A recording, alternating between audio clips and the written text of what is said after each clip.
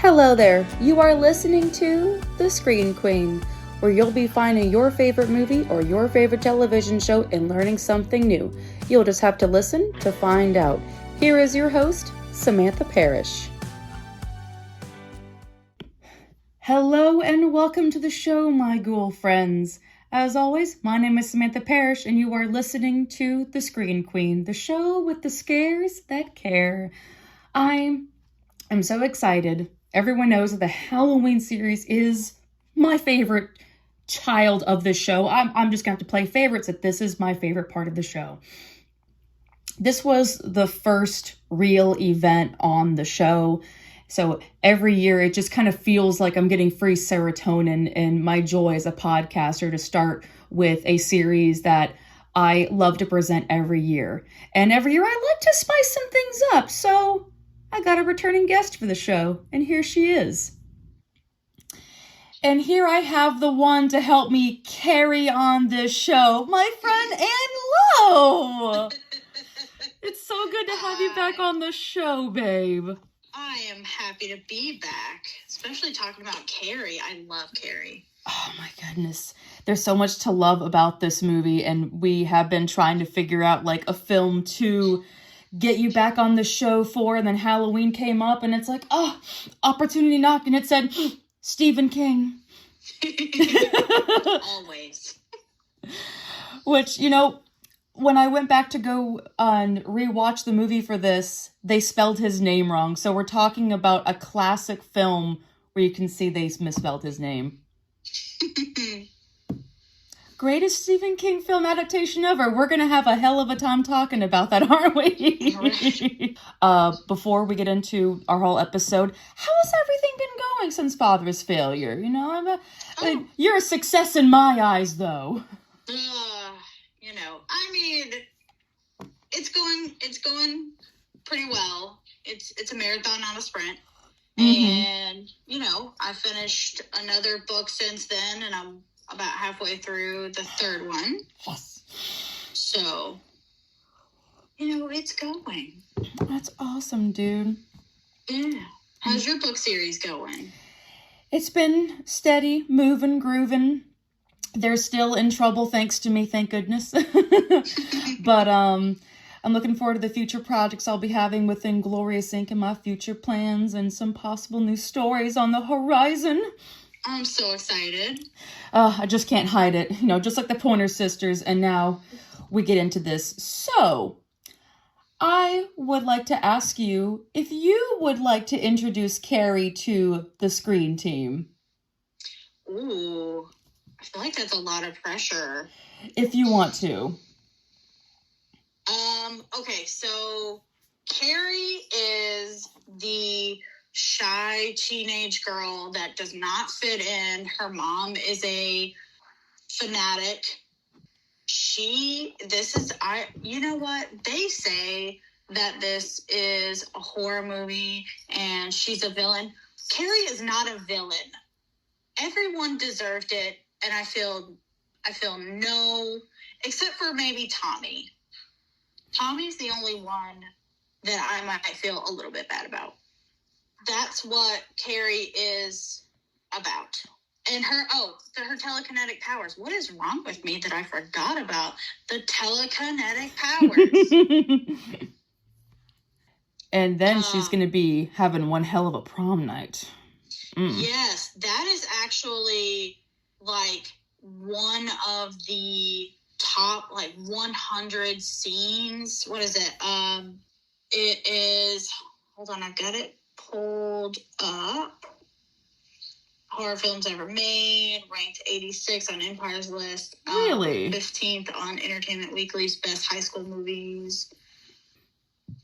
But yeah, no, the prom scene is one of the most iconic scenes ever produced. Mm-hmm. With the pig's blood and her, that just being the straw that broke the camel's back for her. Mm-hmm. Mm-hmm. Absolutely. And, I like the fact that you pointed out all of the accolades that Carrie has gotten since the way I look at Carrie now is how it's aged. And now it's held up being the first ever Stephen King story and the first ever story adapted and actually found out how Carrie came into existence. Yeah. A laundromat. And part of it was one of the girls that he went to school with, too. It was kind of based on her, loosely, I'm sure, based on how one of the girls in his school was picked on, too. I did not know that. A lot of his, like, what's our atmosphere, environment. So between the girl that you mentioned and the people that he worked with at the laundromat. So when he was on his breaks, he would go be writing about this poor shy teenager and her terrible mother. But then he'd also get the echo from his coworkers that were also religious fanatics. Mm-hmm. So there was so much around this, and I'm like, wow, what a dirty business. And then, like, the basis for that book I would never think would be spawned from a laundromat. And the fact that he almost threw it away. Like, he wasn't even going to finish it. Yeah. His wife was the one that convinced him to keep going on this. Wow. That makes sense. Tabitha has a lot to thank for a lot of his books coming into existence. And on top of that, another thing that I saw, that there was a big draw between other horror films coming out in the beginning of the 70s and the late 60s. And when he heard about, like, Rosemary's Baby coming out, and he heard about some of the other ones, Stephen King's like, all right, maybe I'll throw my book in the ring, and then boom, it just got adapted. Yeah, it was extremely successful for him from the get-go.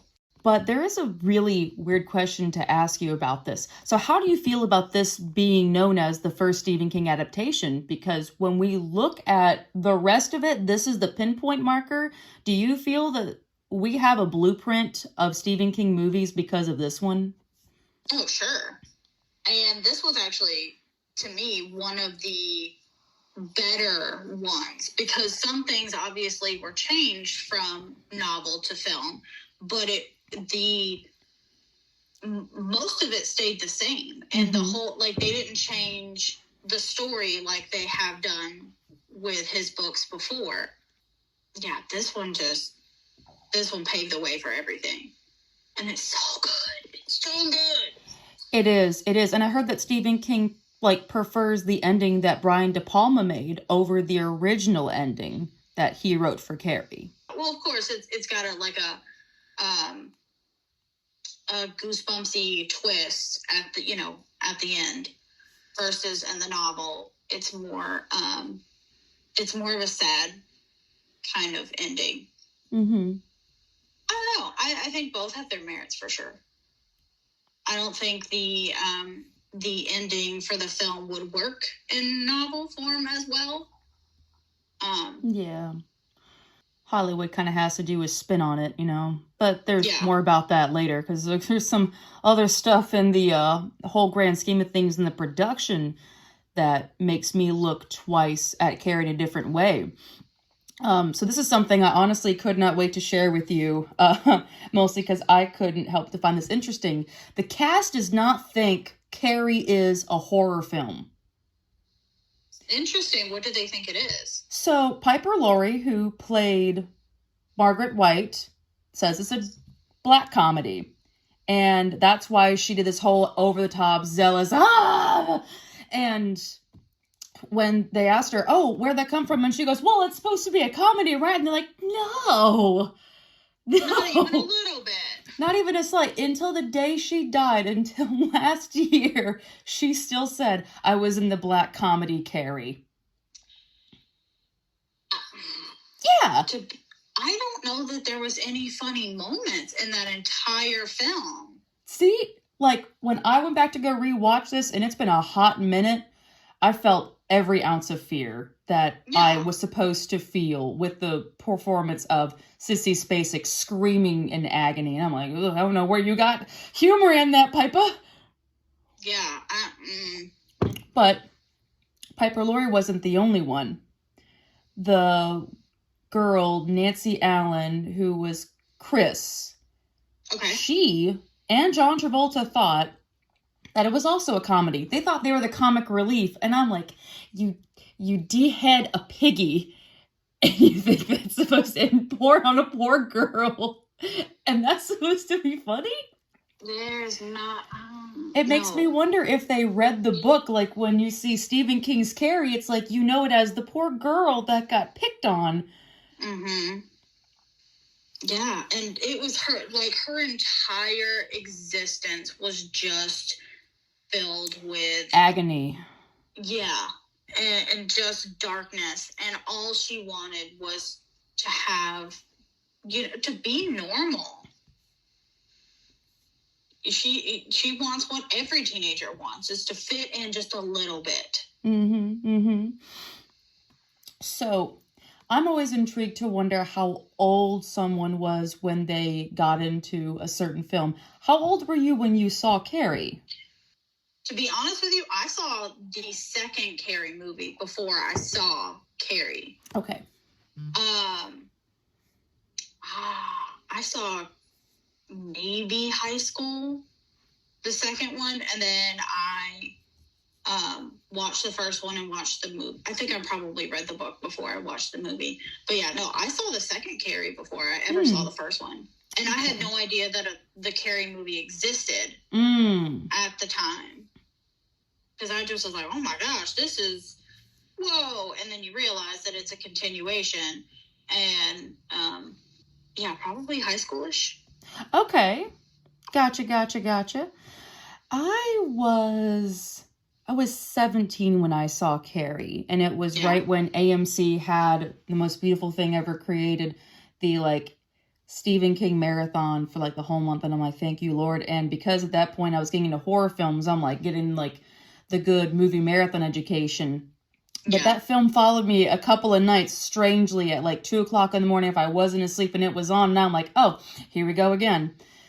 And then the ironic thing, the very next year when I graduated high school, the remake came out. And I'm like, ha, fun. I have not seen the Carrie remake. I kind of refuse to see it, if I'm being honest with you.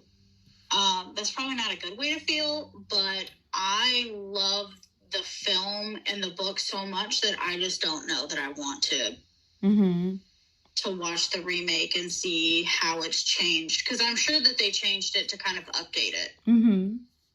I couldn't, obviously I can't verify that, but I'm sure they probably did. Did they? I mean, did you see the remake? Unfortunately, I did. Okay. But there was a bit of a saving moment to giving that film a shot, because I still live and die by Carrie. But I was talking with a very lovely Hot Topic employee, and we were glossing upon it, and I'm like, how they ever loving dare? And she said, now, watch it for Julianne Moore, if anything. And I'm like, all right, I'm gonna take that for some good advice. And it's a different experience. You're not gonna get gold with the remake, as I found, but if it wasn't for that Hot Topic employee to make me look at Julianne Moore, it kind of made me see the compare and contrast of the 76 to the 2013. Because I do like Julianne Moore. I think she's an amazing actress. Who does she play? She plays the mom. Oh, see, I thought you were going to say that she played the mom. I do love her. I still don't want to watch it. I don't blame you. Just know that she did a very good Margaret White. That just, everything else was pale in comparison, but she was the copper in that whole crap fest. But I do have to ask you, what is your favorite scene from Carrie? Oh, and it can be scenes. That there's always room for plenty of love on here. I can't marry just one scene. I probably have too many in my boat. I kind of just love the popular prom scene, and probably her mom dying too, because that mom was just horrific. It's an interesting that her mother's death in the movie is very different than in the novel, but I think it works. But yeah, probably the prom scene. The prom scene is very, even in the book, is very graphic, and you can see it in your mind, like her sealing the gym, activating the sprinklers, everyone being electrocuted, fires, and she doesn't just destroy the school and the book. She just, like, she gets the town. Mm-hmm. She's a lot more vengeful in the book. But by that point, the other side of that is Sue is a lot more callous, too. Mm-hmm. Her bully is a lot more conniving and horrible in the book, too. So it kind of, it paves the way for you the same way it does in the film of you're rooting for Carrie. Like mm-hmm. Maybe it's just me, maybe I'm just a terrible person. But like I said before, I felt nothing for those other people aside from Tommy, because Tommy was a genuinely good guy. He wasn't the best guy. He was a teenager that was popular and, had his own problems, but he was nice to her at the prom and had nothing to do with any of this and was just a innocent bystander. I don't really like the opening period scene, but it's just because that hurts my feelings so much. Like, that's it. That's a horrible thing to do to someone, and to just be so cruel and callous, and nobody stood up for her. Everybody just joined it. I don't know. Mm-hmm. But yeah, those are that one at the prom is my favorite. What about you? Oh boy. So I would definitely have to say, this is just me being biased because I love Sissy Spacek, but the part where Carrie gets stabbed, just because of the moment of, oh crap, she did not get unscathed, just the tear was rolling down her eyes, thinking, oh, there is hope, my mom loves me still, and it's just, it's a no turning back moment. And mm-hmm. the score of her just like scarily coming down the stairs, like, it kind of stays with you for a hot moment. Yeah. Like, we stay past the prom scene and we have to be delivered something that's not going to be great. And that's where it hits home for me. But I also am kind of a slut for cinematography, and I do like the split shots. I don't think that could normally work in several horror films, but I like that you could really encapsulate and capture everything of the horror in that prom scene. So I feel like we married a scene together with that question. Yeah. But that does bring me to my next point, because this is just me being me when I was watching the film again. I think Sissy Spacek is perfect in the film, but if you had the reins, who would you have had in the role of Carrie?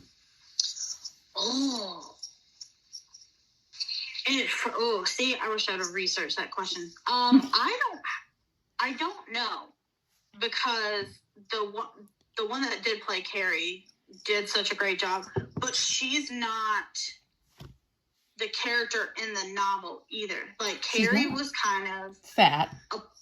She was a porky kid. She had acne, very awkward.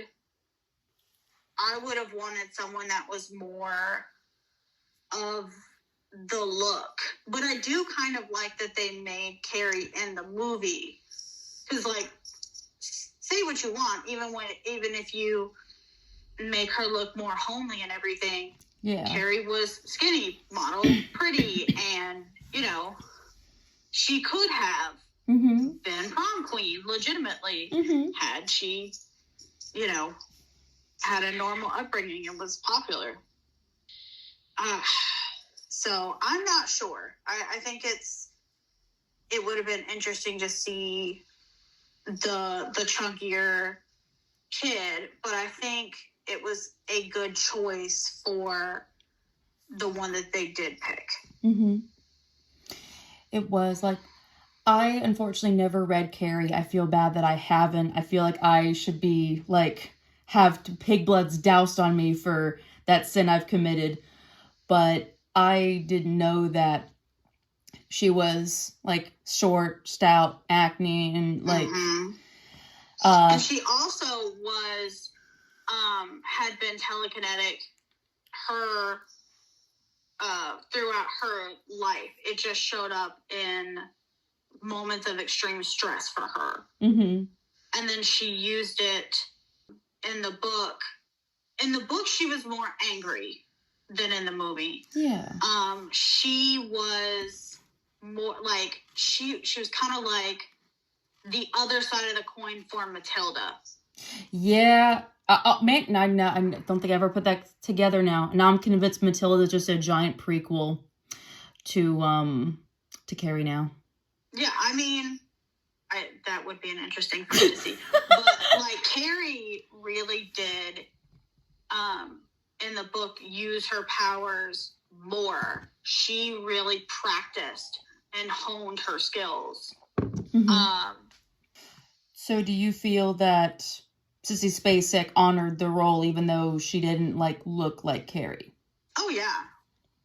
Absolutely. The one thing that I read about her, her process to getting into Carrie, have you ever seen it? Mm-mm. It's wild. So she put Vaseline in her hair so it'd be more, like, stringy, and she wore a dress that her mother made her wear in 7th grade. She isolated herself in her trailer to get that further sense of it, and put a whole bunch of, like, different forms of religion around her to kind of suffocate herself in the religion to get everything prepared. But the biggest thing was the opening and how she prepared for it, the period. Mm-hmm. She was told to act out that moment as if she got hit by a Mack truck. And she's like, I have no experience with that whatsoever. I'm going to go ask my husband.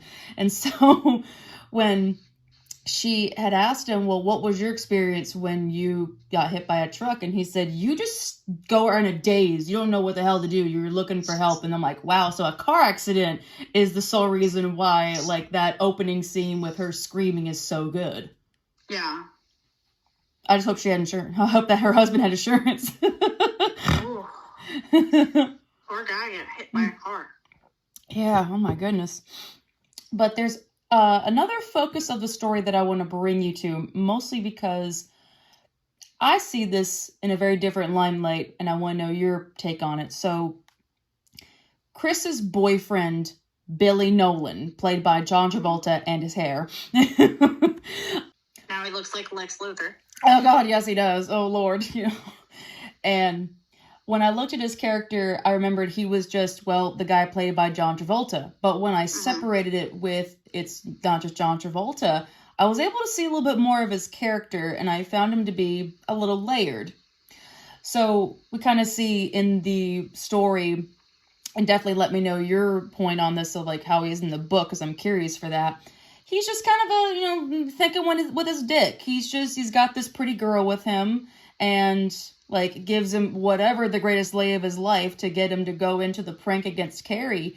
But it's the way that he and Chris and the other two dweeble dwobbles, like, get in with it, and he doesn't hesitate to, like, get that pig. I'm like, whoa, you are a dangerous dumb dude. And then when I saw the remake, I didn't get that kind of likableness from the new dude. He was just a dangerous dude. And I'm like, I kind of like that with Stephen King characters, that you kind of get to know them before they're dangerous.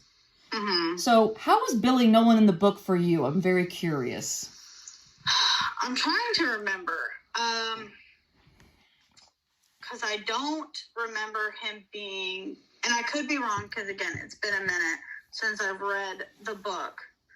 But he was, again, a lot like Sue, where they were both really callous, nasty people. And if I remember correctly, like, Tommy was, he was basically a greaser. Like, Sue was the popular girl with the daddy with a lot of money and had a lot of influence. And so she was just horrifically spoiled. And Tommy was, just a guy that really wasn't going to go anywhere. Mm-hmm. And he was a bully. He was the ringleader of bullies, if I remember Of course. correctly. I'm trying to look because I've got it pulled up. But yeah, I think because it was her and Billy and like some of his friends, right? Yes. Did the pigs? Yeah. Yeah. And his gang of racers. Yeah. So, funny. and yeah, and I just don't think yes, Gizmo, give your opinion. Do you have one? Yeah, he's a very callous character as well. And they feed on each other for sure. Mm-hmm. Absolutely. They're just kind of like fire and arsenic. And so it's kind of nice to know like what that's like in the book area. In a way, it's kind of a funny honor for John Travolta kind of to play what is considered to be one of the first male like high school bullies. Again, with this being the first Stephen King story ever, this is our archetype that's going to follow us for like the rest of his career. And that's something that I kind of have to remind myself watching this is like everything that I'm watching is going to lead into the future stories. Mm-hmm. I also want to know your take on Stephen King and directors. Are you familiar with his whole spot with directors? Because I know him and the director for the Shining movie, they had big problems, which understandably, if I were Stephen, I would have big problems because he twisted that whole novel. And I really appreciate the fact that Stephen was like, okay, if you're going to mess up my movie, I'll just do it myself. But no, I don't know his history of directors. So with Carrie being his first, and then I think Salem's Lot came out like 79, and then finally you had The Shining in 1980. So to see how things have been progressive with directors, and it comes to a halt with The Shining, that excuse me, you're good. Stephen King's first adaptation is like given like his blessing, even going so far to say, oh yeah, I like the ending that you did better than me. Where he doesn't like a whole lot of his adaptations and whatnot coming through the grapevines, that Brian De Palma still holds that little like achievement right there to set everything in stone for the rest to come, and that he had a wonderful working relationship. But there's another thing too, who also had a wonderful working relationship with Brian De Palma was Steven Spielberg, who came by to see all the cute girls in the cast for Carrie. And that's how he married Sue Snell. Oh, wow. Yep. They were a thing for a little bit of time. Okay. But I also heard how Carrie was kind of chosen in this whole role, because originally Amy Irving was supposed to play Carrie.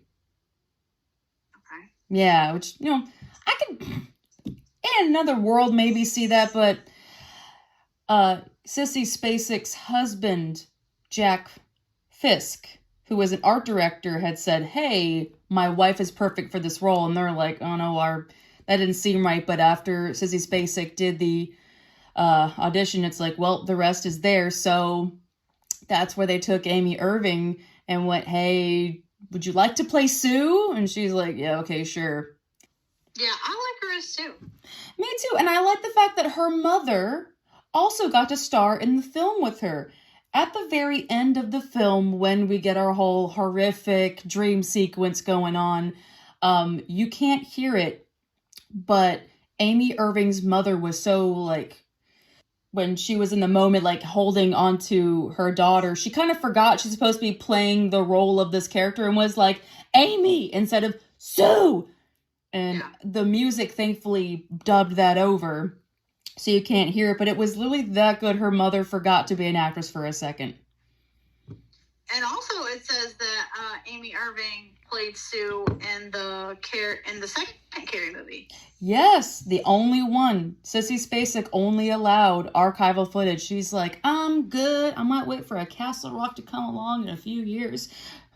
Well, I mean, Carrie's story was done. I get that it would make sense that she would only want historic pieces. I mean, Carrie's dead. Yeah, like, what could you do? Yeah. So, do you feel that Carrie deserves a proper remake, with that said? Because her story is kind of done. Do you feel it deserves a reboot? No. I mean, look, listen, I think that some movies need to stay. Like, there are certain movies that you can just leave alone. Like Carrie, The Crow, leave it alone. Absolutely. I have my own feelings about that remake. But yeah, I don't know. I guess I'm just I don't realize I'm a purist until stuff like this comes up, and I'm just like, oh, leave it alone. But like, I can understand wanting to bring it maybe into the 21st century, but I just don't know how you could in a lot of that aspect. I don't know. Just leave alone. Some things it's okay to just leave alone. I totally feel that. Like, it's almost uncomfortable information to see that Carrie has been remade 2 times. Mm-hmm. With the one in 2002 that I felt like could be passable in some ways because I saw the cast, but it still felt like paint by numbers. And then the remake, it kind of hurts my soul now. It hurts so much. But I think they could do, like, the second movie was about the little sister. I think there could be some sort of continuation. Yeah. You know, like in the Crow movies where it's all different, but it's still the same sort of storyline. And I think they could do that with redoing Carrie as a continuation, but just remaking it just to remake it, I don't think that's necessary. So kind of like what they did in Deadpool, where there was a joke about please don't make the suit green, to kind of make like an awareness to this world building and this reality, to kind of tie in some stuff and to make mentions. I could definitely see that. I have seen some stuff where they've blended stories together just to not like expunge, but to acknowledge. Yeah. I could definitely see that. That takes a lot of gall to have to continue a story that came out in 76 and then do that in the very end of the 90s, when it's like, what kind of audience do you have at that point? Like, there are people that are going to be following Carrie, but they'll be like, that's a bit of a stretch. Like, she died. What are you guys doing? Yeah. But the one with her sister in the 1999, I think did a great job. Yeah. With that. Because it brought in a new audience, it brought in a new storyline, or not a story, the same storyline, but in different, more updated circumstances. Yes. And I felt the same way with that movie as I did with Carrie. Like, by the end of the Rage movie, I was like, okay, everybody else can go. That's cool. So I do have another question for you about how Stephen King has impacted a generation. And of course, like, he's obviously impacted us with how much we've like followed his books. Which Stephen King book has influenced you, or is it just his entire writings has that made an influence on you? Oh, both. Both. Stephen, like, no matter what, Stephen is always captivating to me. Like, I'm currently reading The Stand. Like, I even read, I think it's Billy Summers, which is not a horror novel. Yeah, Billy Summers. It's not a horror novel. It's about like a mercenary who's trying to get out. But in it, yeah, it's a crime novel. And even it's something that I thought I wouldn't enjoy, I really enjoyed, because that's just how well he writes to me. Excuse me. His classics have really, especially like Pet Sematary and The Shining, Dr. Sleep, Misery, Salem's Lot, like those ones really shaped me and me as a writer, to where, like, when you read my book and you find out, hey, Anne loves Stephen King. Like, Stephen King's one of her favorite authors. It's not unclear to you. You're like, oh, that makes sense. But it's like a wonderful little universe that he's created for us. And to see that Carrie kind of, for lack of a better word, because I love my pun, he carried that universe for us. We wouldn't have that if we didn't have Carrie. That we wouldn't have the future to come, because some were like, oh, well, this story sounds pretty good and he's got some hotshot director, let's go for this. So even though he had like a good lucky shot, it's a well-deserved lucky shot that we needed someone like Stephen King to like kind of spice some stuff up in the horror genre, give us some layers, give us something different that we hadn't had yet in horror. To know we're walking into a story where we have no hero, we have these villains everywhere, we have tragedy every place we go. You're not going to walk away unscathed from this at all. I think he does a great job of really personifying very human fears. Yes. Like Carrie, you really felt her because, you know, the fear of not fitting in, especially as a teenager. Like, you can really just empathize with Carrie. And then you've got Pet Sematary, which feeds on the parents' worst fear of losing their child and doing anything to get a second chance. And The Shining, which twists, you know, makes us wonder, like, how easily we could be twisted into being a darker version of ourselves. And I don't know, just... He does a really good job of making terror out of deep-seated, real human fears and making them, you know, monsters. I absolutely agree. When I went back to go and rewatch Carrie, I definitely felt the lack of human compassion within that story and something that he had shown us. And the way that I feel that the religious fears are also heavily encapsulated in this as well, on a wholly, lack of a better word, wholly different level, to really empathize. And I've known so many people that suffer from religious trauma that it's like, I can kind of see like what they went through to be shamed for everything. I mean, my God, this poor girl is being ridiculed for having a freaking period. Like, this is your environment the whole way through. And the fact that her mother hated her from as a child, she hated her because in her mind, she was the product of, you know, a sin. And not to say that she wasn't, because, you know, she wasn't sleeping with her husband and they were, he raped her. Like, just the fact that there was already this deep-seated, you came from sin, therefore you are sin to me. And I've got to make you clean any which way I can. And how that spawns into just terrible child abuse. And I mean, yeah, there's a lot of people that use religion as a way to abuse their children. It is a tragic thing, and I feel like there's many interpretations with Carrie, and that kind of leads me to my next to final point. How would you describe Carrie to someone for, like, what's the purpose you're going to get for it? Because, you know, I feel films and books have multiple interpretations. Like, what do you feel is the interpretation behind Carrie?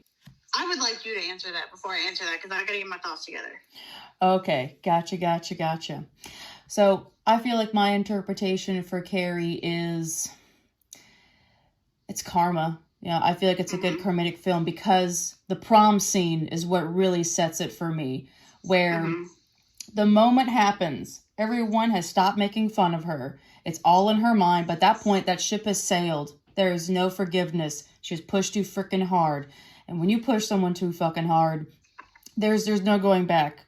I feel like that encapsulates what emotional rage can really be like. And to have that sort of shown to someone, like how there's that weight of connection right there with someone like that. And I feel like everyone can relate to that in a huge way. So that's my take on it. But also, to add to that point is Carrie didn't come out unscathed either. So, like, the emotional rage and turmoil and karma that everyone ensued, Carrie also got her karma. Yes. I do feel like that same thing too, where things could have been so much better for Carrie. It's a very sad film to have to look at, knowing you're not going to get a happy ending, but you kind of wish. There's another moment I want to highlight is where she's talking with the gym teacher. I don't know why her name escapes me. Mrs. like Dear Jardner. No, that was the remake. I'm sorry. Jensen. Collins. Miss Collins. No, Collins. Yeah. Yes, Miss Collins. There's a scene where the gym teacher and Carrie are talking, and she goes, I know what's going to happen. They're going to do this. And it's like, she freaking calls it from the get-go. Your whole film could have been over right there if she went with her gut, knowing, But it's also the terrible irony that there was a kindness being done to her, but it just backfired. There was just something that came through. But the gym teacher wasn't, at least in the book. The gym teacher, while she punished her tormentors and everything, like, she wasn't particularly nice to Carrie either. She didn't have a lot of remorse for her.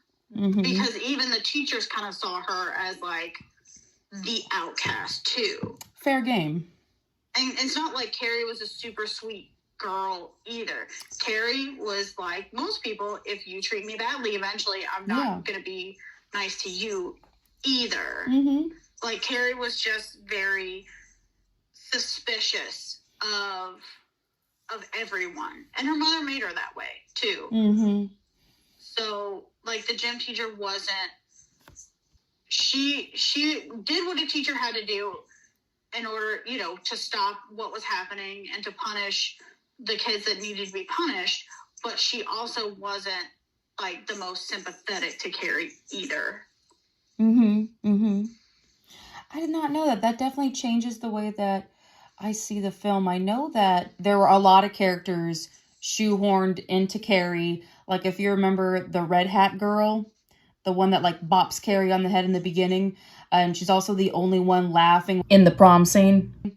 So that was also another character they shoehorned in there just because PJ Souls had bopped Sissy Spacek on the head, and they're like, okay, well, now she's a bully. She's a part of the whole crowd now. So they kind of made a whole, like, Daryl Dixon, essentially, into that whole plot contrived there. So Carrie does have some creative liberties involved with it. Looking at it, like, I still feel the trauma and the weight and the remorse and everything and all the stuff that we talked about.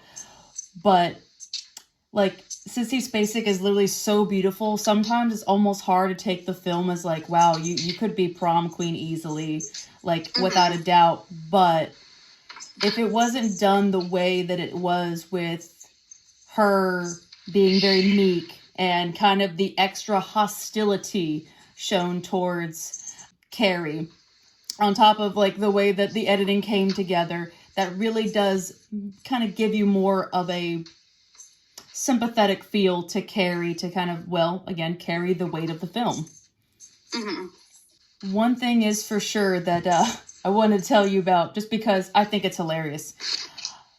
There is something about the remake, though, that I can't unsee, and I feel like you deserve to know this joke. So, when I was comparing the prom scene in 76, the prom scene in 2013, oh God, it's laughable. When you see Carrie walk on in 76 and she's, well, on the stage when she's not supposed to be, and she looks around, and then you get, like, the score coming through and all hell's broken loose, and the way she's looking at the crowd kind of, like, in a daze. But then you have the remake, where I swear to God, it looks like she's trying to sneeze. Just the whole time, just going, oh my gosh. Oh, and her face gets all contorted, and I'm like, Gesundheit, stop it.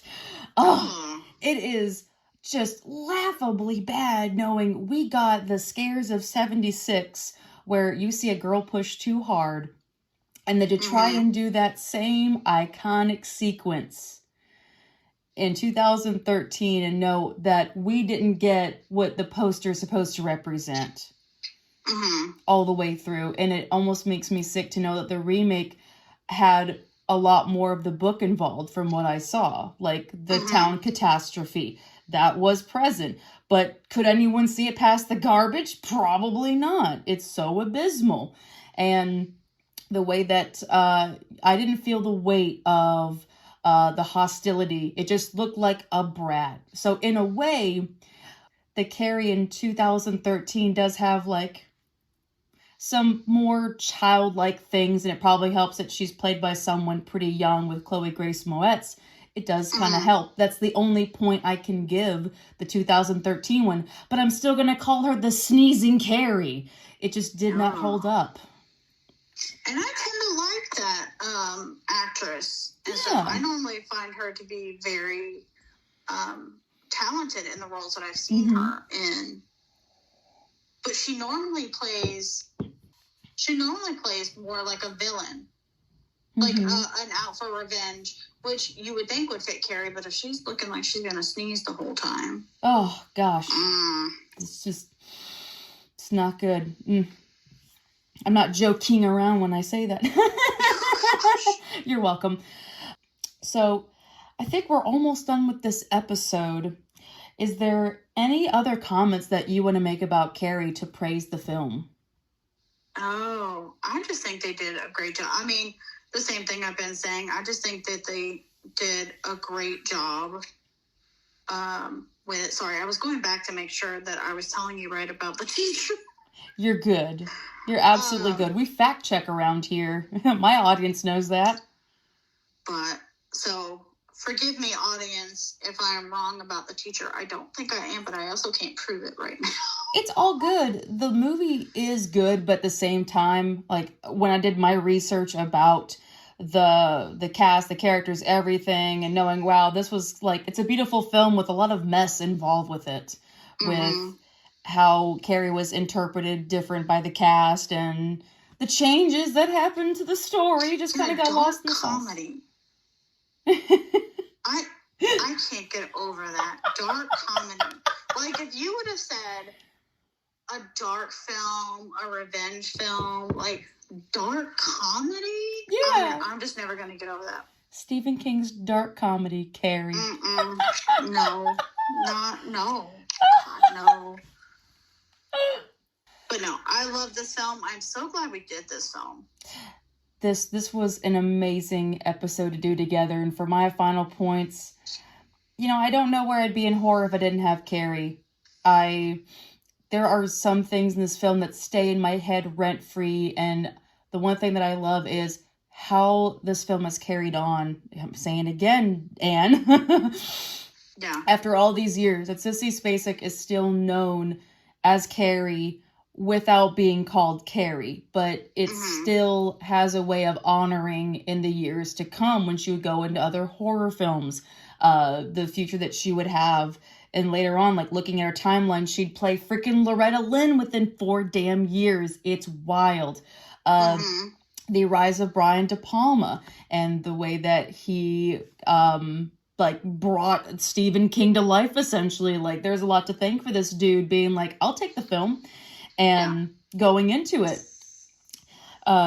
Same thing with how I feel the cast has, like, really brought this film up right. The woman I mentioned earlier, PJ Souls, she has a very prominent role in the horror industry where she is a host of a lot of, like, underrated horror film marathons. Of course, Nancy Allen married Brian De Palma and had a very nice career afterwards. Everyone still maintained, like, great after the time. Like, you rarely see a film where everyone has had, like, a solid time afterwards. Like, their prom night didn't ruin them forever. But I think Carrie's not only just a good Stephen King film, but I feel like it's a good time capsule that we saw a core part of the 70s, but that we got to see trailblazing within editing and acting, storytelling all around the board. Some stuff, yes, did get lost in the sauce, and I appreciate that, like, you brought this to my attention to know, like, how things have been different and whatnot for the final product. And, you know, I'm just so glad to have you on the show again, dude. I love your insight. To be back. It's just so amazing. You're like, this is why we get along so well. We talk about psychopaths so amazingly, and we write about them in our books. But is there any other way that you would like my audience to find you? So I am on Instagram for, I think it's author and Lowe. And then same with TikTok. I'm on there. Those are the two places really that you can find me. I don't do Facebook for my writing. I don't know. Do people use Facebook?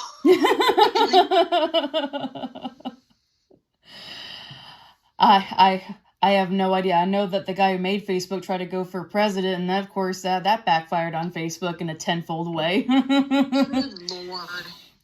But thank you so much for being here.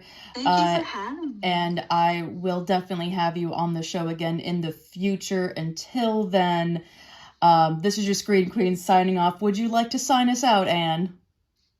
Bye, guys! That was such a fun start. Please check out Anne and all the amazing stuff that she does. And now is the time to find out what the second episode is going to be on the Halloween series. Now, even though the Halloween series is going, I am still open for any suggestions to throw into the cauldron here. You can shoot your suggestion at my Instagram at the Queen of the Screen. But since you got plenty of time for that, now is the time to find out what the second episode is going to be. So let's get into it. Alrighty, let's mix it up. Okay, oh, we need one. What are you? Show me your secrets. Okay. I think it's about time that this happened. Alright, so for the next episode on the Halloween series and a first time on the Screen Queen, we're having a Jordan Peele film. It's Get Out. Oh, that's going to be good. That's going to be interesting, and it's going to be good. Alrighty, well, I'm up for the challenge. Alrighty, well, thank you so much for being here, and thank you again to my friend Anne for being on the show and being an amazing sport to help me carry on the show. If you want to catch up with me in between uploads, as always, you can find me at my Instagram at the Queen of the Screen. And if you're looking for an easier way to listen to your Media Queen, I am also available on YouTube, where you can find all of the scares that care. And as always, I like to talk about my book series that is also kind of partially inspired by Stephen King, so, you know, we kind of got to give credit where credit's due. You can find Inglorious Inc. and the prequel, The Company of Crime, on Amazon, but you can find that bad boy in my description box. Alrighty, you all take care now, and stay amazing, and don't take Carrie to the prom. This is your Screen Queen, signing off. Bye-bye!